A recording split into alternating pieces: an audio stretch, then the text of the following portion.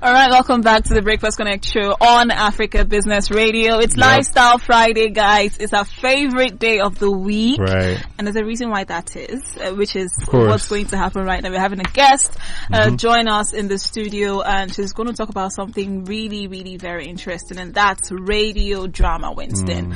How much of a fan are you of radio drama? I'm actually quite a fan. I mean, before now, I wasn't such a fan, but right now I think I'm quite a fan because I love the fact that it's real life, it's real time, and there's just so much, artistic things going on, and you can watch it. And then I think that what's most fascinating about it is how, in between the performance, you literally have to create sets and create stages. That's amazing. You want to transition to the next scene, and then the light just goes off before you know it, the new set is there. I'm like, whoa, how did you guys do that? So that's great. For me, radio drama is like reading a book, but not reading the book. So you're just there listening, seeing everything happen in your head. It's fantastic. Well, we'll have Omoye Uzamere. She will be talking to us about radio drama as a tool for social change. Good morning, Omoye. It's great to have you on the show this morning. Good morning. Hi, guys. Hi, Omoye. Good morning. Hi. Hi, Izzy. Hi, good to have you on. So we're about to get into this very interesting topic, but first, just because, a lot of people still don't fully understand or grasp the concept of radio drama and pretty much its significance. So can you please just tell us about, radio drama and how much of a beautiful concept it is, and pretty much, what it entails. Just describe it in easy to understand words. Okay, so in easy to understand words, a radio drama is the audio version of theater. Yes, so it's like going to see a play or to see a movie or a TV show, but the only difference is that all you get is sound. So with the use of sound effects and the actors' voices, you get to see or experience, in this case, what is going on. So think of an audiobook to a book. This is an audio drama to a drama. Right.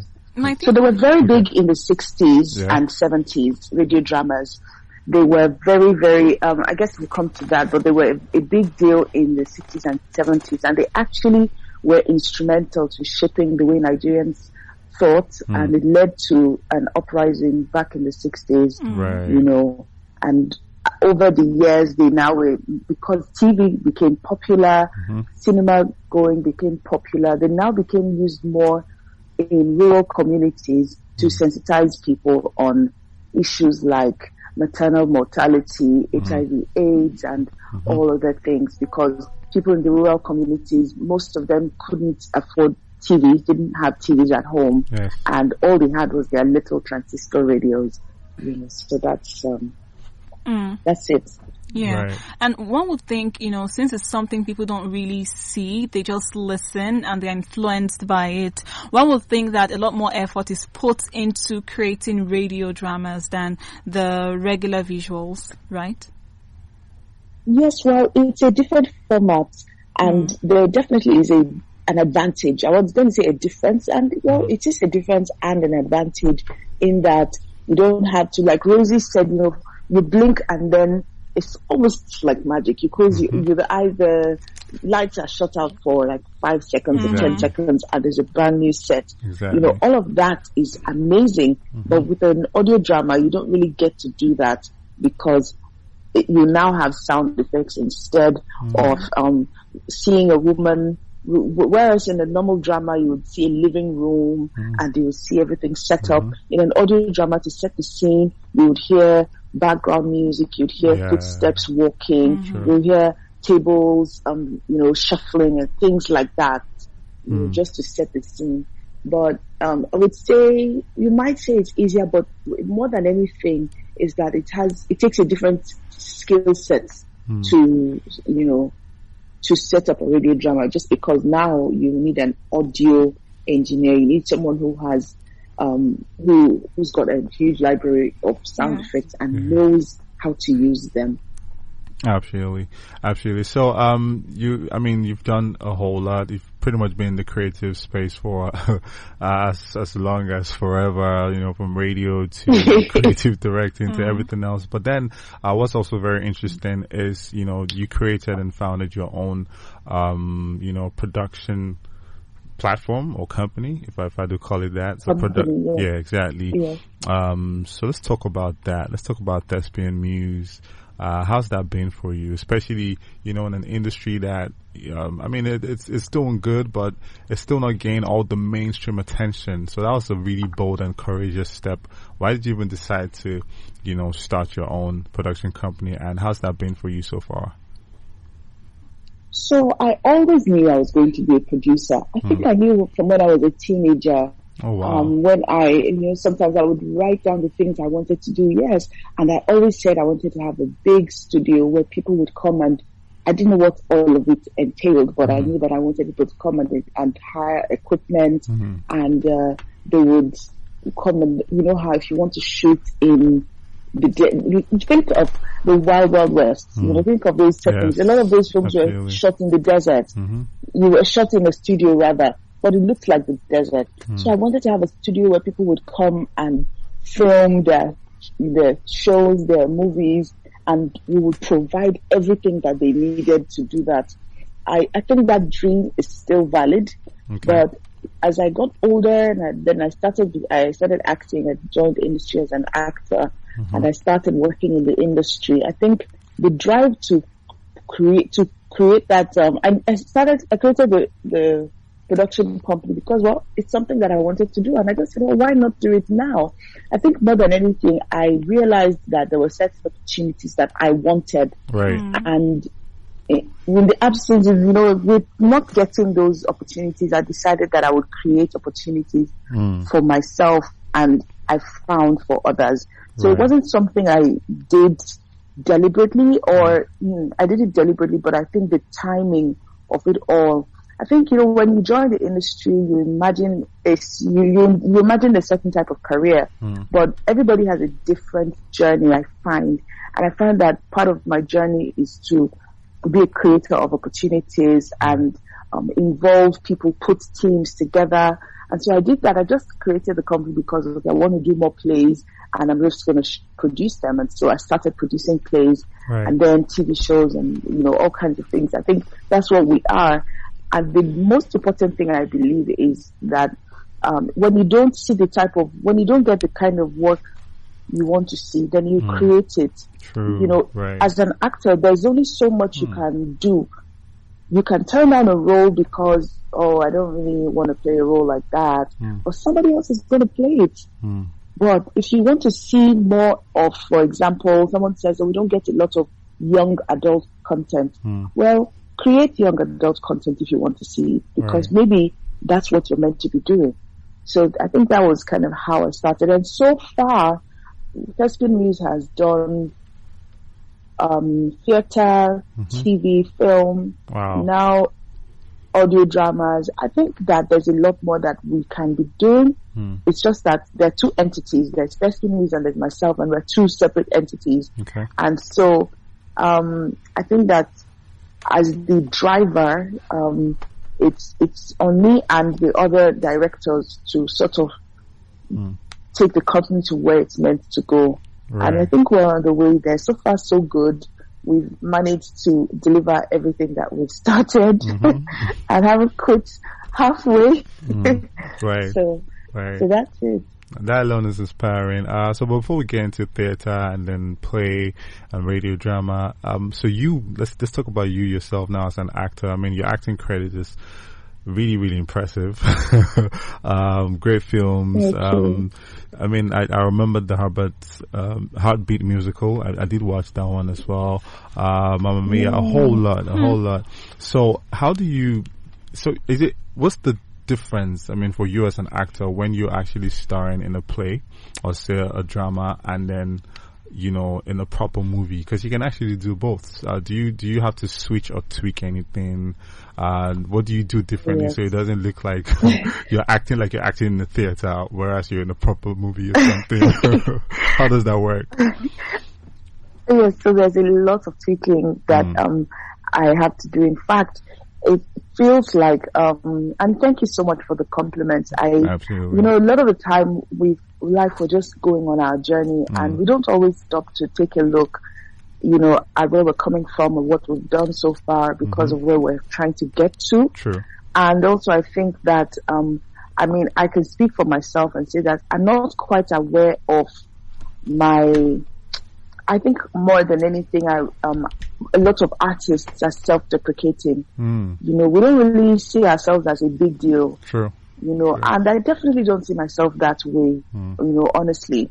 And, you know, if I was to say anything about my career, I would be talking about what I would have loved to do, you know, what I want to do and how I want to, you know, but thank you.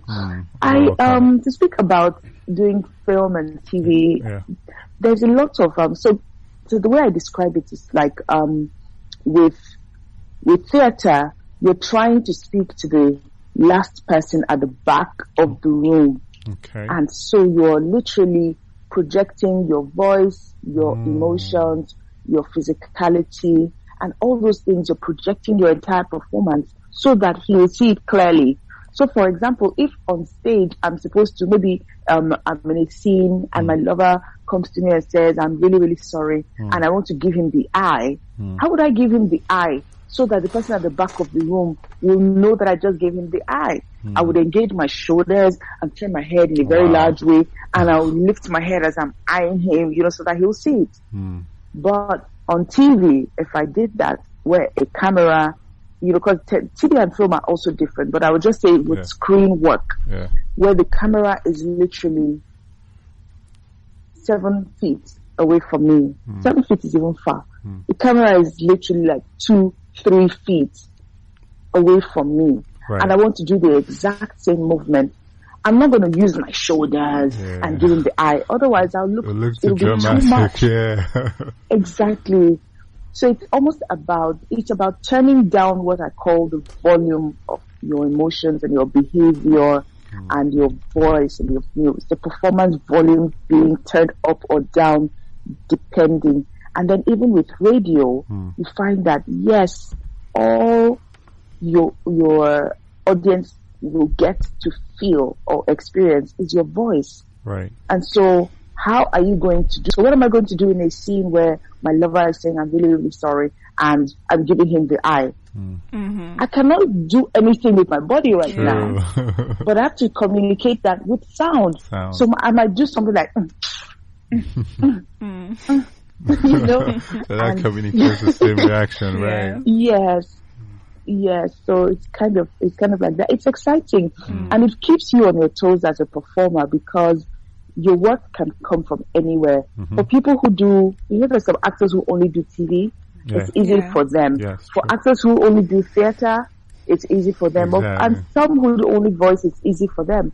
But if you do camera, stage, you know, screen, stage, and voice work, you have to kind of be on your toes mentally and emotionally and remembering, okay, this is where I am right now. I'll tell you a quick story before I end. I remember after doing TV every day for a year, I had done this long running series and I'd been on TV or been on set almost every day for the past whole year at the time. And then I started doing this stage play, me and this other actor who's also better known for TV work, and it was her first time doing stage in many years. And the director said to us, I remember one day in the rehearsal, she said, no, you guys have been on TV for too long. No, I'm not getting it. No. So when she said that to us, you know, we kind of, and so suddenly it was almost like I took a moment to close my eyes and rejig myself. You know, so I like it because there's a lot of dynamism to it, you know. Right. Yeah. Okay. Amazing stuff you're doing anyways. So the world is it's so fast paced, the world now, especially with 2020. You know, a lot of changes came, technology changes, and it translated into every sector, including the media. And the average Nigerian, the average person, the average young person is glued to the first 5 seconds of what they see on Instagram or on TikTok. And then you begin to mention radio drama to this person, which begs the question of the significance of radio drama in an Instagram and TikTok age. How significant is it now? And to even get to the point where we can talk about its impact on social change. Yeah. So it's very, very funny because as you're speaking, I'm laughing. And I said, we decided that we're going to compete with TikTok and Instagram. Like, are we competing with Brother Shaggy now? It's so funny. Well, I think because so much is online now, everything is online. Our meetings are online. Work is online. We're spending, literally, our phones are an extension of our arms. I think, so part of what we're doing is bringing entertainment to people so that there's no excuse, but more than anything, it's also broadening the options for them. Yes, you can see whatever you want to see. You can watch your favorite comedian. You can listen to or watch some slapstick, or you can read an audio book, or you can watch a TV show. You can, watch on any of the streaming platforms. There's so many of them now. You can get blockbuster movies. You can, watch hit TV shows, any podcasts. Everything is at the tip of one's fingers. I think what we're doing is saying, hey, there's one more. But I think more than anything, what we're doing is as a result of how the pandemic has hit our industry. Absolutely. With the theaters shut down, we haven't worked. It was in March. It was last month that I realized it was over a year since I had been on stage. Whoa. And crazy. The last time, in fact, my last stage work was Mamma Mia. Wow. And No we way. finished January 2020 Mamma Mia. Jeez. Now, the next time I was on stage was February, but it wasn't a big deal. We're doing the Lagos Theatre Festival, and that year we decided that we would have, because every member of the team, the festival team, is in the performance space as well. Like, we also have that in common, that we're also performers in one way or another. And we decided that we would do a performance as part of our opening ceremony. And so I did a monologue, which was fun, and somebody recorded it for me, and I was going to post it. And I said, it was World Theatre Day, March 27. I was going to post it, and then I realized, well, that was the last time I was on stage. I didn't know the last time I was on stage that it would be the last time, at least for now. Sure. And I just got all up in my feelings, oh my goodness, I can't believe it. But what we're doing with this play is just to keep the space alive. With theaters shut down, what can we do? We can do audio dramas. We can deliver them. I was going to deliver an audio drama through Zoom. Okay. But then Clubhouse came, and I got on Clubhouse, and we had really great conversations. I said, this space is something. This is a whole vibe. It's it's like Twitter is for people who like to write. Instagram is for people who like FaceTime, they want their pictures and videos out there. Yeah. And Clubhouse is for people who like to talk. Or listen. So I just thought we would do a radio drama, and it would be so cool. Yeah. And what we have is Nigerians from all over the world. It's so exciting. Absolutely. From Nigeria, from the UK, and from the US. Yeah, so we have larger audiences. Yeah. Yes, we have like 4 or 5 time zones that we're working with because people are everywhere. And I thought this is really exciting. So, no, we're not competing. We're just giving more options and hoping that it is really good. Earlier in the year on Clubhouse, there was Lion King. Lion King was on Clubhouse, I think in December. We had Dreamgirls in February, I think January or so. And then more recently, there was Hamilton. All of these are Broadway shows that were adapted for audio format, on Clubhouse. Amazing. I totally agree. Now they're all musicals and they're already like established shows, but we are saying, we're just going to bring you dramas, Nigerian dramas, African storytelling, our own way. So we have all these African nuances in in the play. You guys really have to see it. I'm so excited about it. All right, Omoye, because I have you here, right? And because I think I really want to jump on a radio drama. I think I'm going to jump on one of them. Tell me which one. Tell me which I can listen to right now. And yes, most importantly, what are you working on at the moment or in the future? No. Okay, in the future. I don't know which radio drama is showing right now. I think that's also another thing, that radio dramas are not always, I think for people would have to look for radio dramas because with TV shows and things like that, people are publicizing. There's a lot of publicity that goes with it. But with this radio dramas generally are put out for free. Okay. So there's a grant supporting it, or there's an organization commissioning it. Now, in our case, we're just saying, hey, we are the ones bringing it to people. And I have to, at this point, say everybody on the team is working as a volunteer to bring this radio drama, to make it possible. The actors, the crew members, myself, yes, we're all just doing it to say our contribution to the performance arena. This is our offering in these times, and we're hoping that people would support it and say, okay, for something that we're doing, and it's just, I guess it's the artist in us, we're doing it for free, yes. But to see a radio drama, I think you would have to go to like the podcast apps, and you will find some. There's this one that's been long running. In fact, it's one of my dreams to do a long running series. It's called The Archers. Okay. It's a BBC. Yes, it's a BBC drama. It's called The Archers, like archery. Yes, and there are a few of them as well. For Nigerian radio dramas, there was Second Chance. I have to find out because I did some in the past, and I really don't know where they are now that they've been done. So I think that's something that should also be looked into, like, uploading, archiving, having platforms to promote them. Because that way people can always revisit, and then you can also share to larger audiences, especially just pretty much taking advantage of social media, to project. I totally agree, yes. Yeah.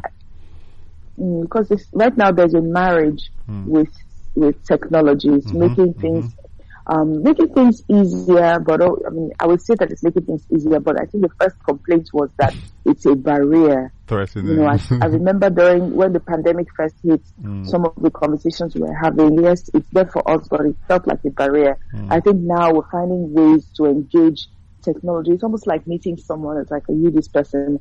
I always thought you were not for me. Okay, let's find a way to start interacting, and the more we know each other, the more we realize that we can be of help to one another and things like that. But this one, the naming ceremony, is going to go on mainstream podcast platforms after now, so that more people who are unable to see it on Clubhouse still get to experience it.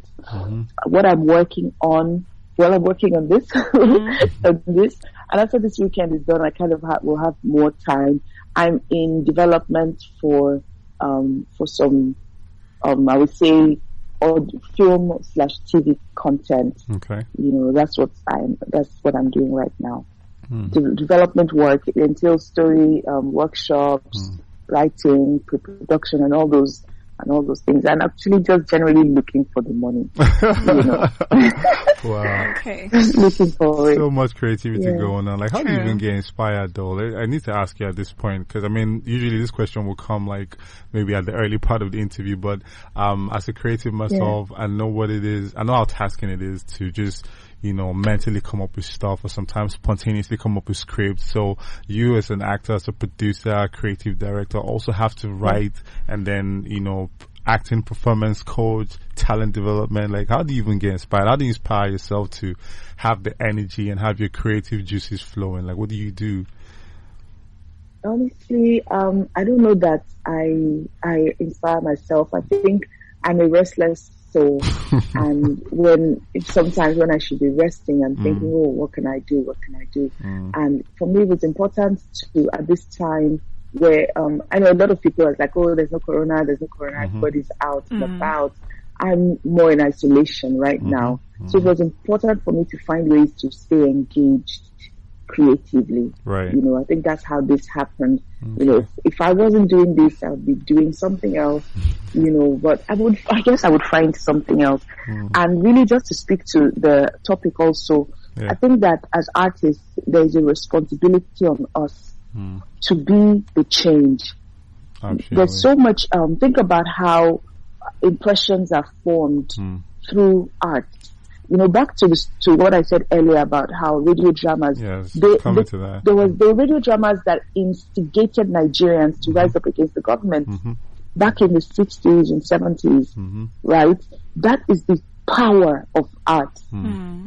Now there's TV, there's the internet, there's skits, and I'll go back to what Brother Shaggy. Documentaries, yes. I like what Brother Shaggy does. I don't watch a lot of his comedy, but every single one that I watch, I'm impressed by. And to have known him as an actor, I used to go to, you know, when I would go to Terra Culture sometimes, I've seen his plays, I've seen him his work on stage, and he's a very talented artist. But I remember during the EndSARS, something that really struck me was how he used his skits to inspire people, because he has a lot of followers. Yes, I think it's important as artists that we use our art to change perspectives, to change the world, to affect mindsets. You know, everybody thinks that America is the land of milk and honey simply because of how they presented themselves. They believe America will save the whole world because of how they projected themselves. But there are hungry people on the streets. True. The drug is like on the streets in America, but they'll never show you that. So I think it's important as artists, and I think that's really why this is also important. The naming ceremony, really, one of the things that we want to tackle is how people, when women especially, when they become mothers or parents, you know, there's a delicate balance of relationships, and not everybody, even the people closest to them, sometimes don't understand how it feels for them as individuals. You know, so it's a happy and light story, but with several messages embedded. Yes. Wow, great stuff. Yes, it's been such an interesting topic. I need to say big ups with all you do. It's amazing stuff. Especially like the selflessness and, you know, you and your team volunteering to do a lot more, the passion. And I can imagine even you guys having to use a lot of your resources, like most times. I don't know, that's a lot. Well, thankfully it's just data. Okay, fair enough. Data and time, yeah. Fair enough. All right, we've been speaking with Omoye Uzamere. She is the founder of Thepian Muse Production, and we've been talking radio drama as a tool for social change. Thank you so much, Omoye, for doing this with us this morning. Thank you for having me. I appreciate it. Absolutely. Hi.